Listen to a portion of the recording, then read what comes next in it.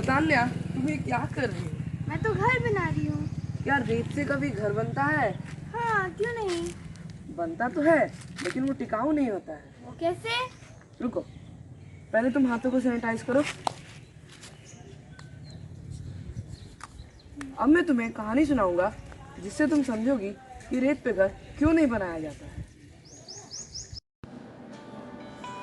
एक शहर में दो मनुष्य रहते थे। दोनों ही घर बनाने की योजना बना रहे थे। उनमें से जो व्यक्ति बुद्धिमान था, उसने अपना घर चट्टान पर बनाया। उसे कठिनाई तो हुई, लेकिन उसने काफ़ी गहराई में खोदकर मजबूती से नींव देकर बनाया। इसमें उसका खर्च भी बहुत हुआ, लेकिन उनमें से जो दूसरा मनुष्य था, उसने मूर्खता का काम किया। उसने अपना घर बिना गहरे नींव को डाले रेत पर बनवाया।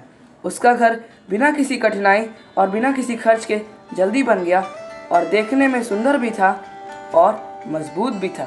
लेकिन जब बारिश आई, बाढ़ें आई और आंधियां चली और घरों से टकराई, तब जिस घर की नींव चट्टान पर डाली गई थी, वह घर नहीं गिरा और दृढ़ रहा। लेकिन वह मूर्ख व्यक्ति जिसने अपना घर रेत पर बनवाया था, बारिश और आंधियों में गिरकर सत्यानाश हो गया।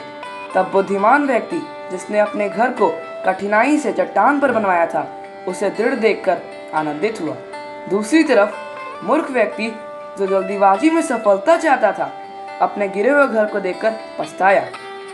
अब आपने देखा कि इन दोनों व्यक्तियों में से जो बुद्धिमान व्यक्ति था, वह ईश्वर की आज्ञाओं को सुनकर उनको मानता है और आज्ञाएं उसके हृदय में गहराई से जड़ पकड़ती है। और जब आंधी तूफान यानी सांसारिक चिंता, विपत्ति और जीवन में उतार चढ़ाव आते हैं, तब भी वह व्यक्ति स्थिर रहता है, जैसे वह चट्टान पर बना घर जो आंधी के झोंकों में भी दृढ़ रहा था।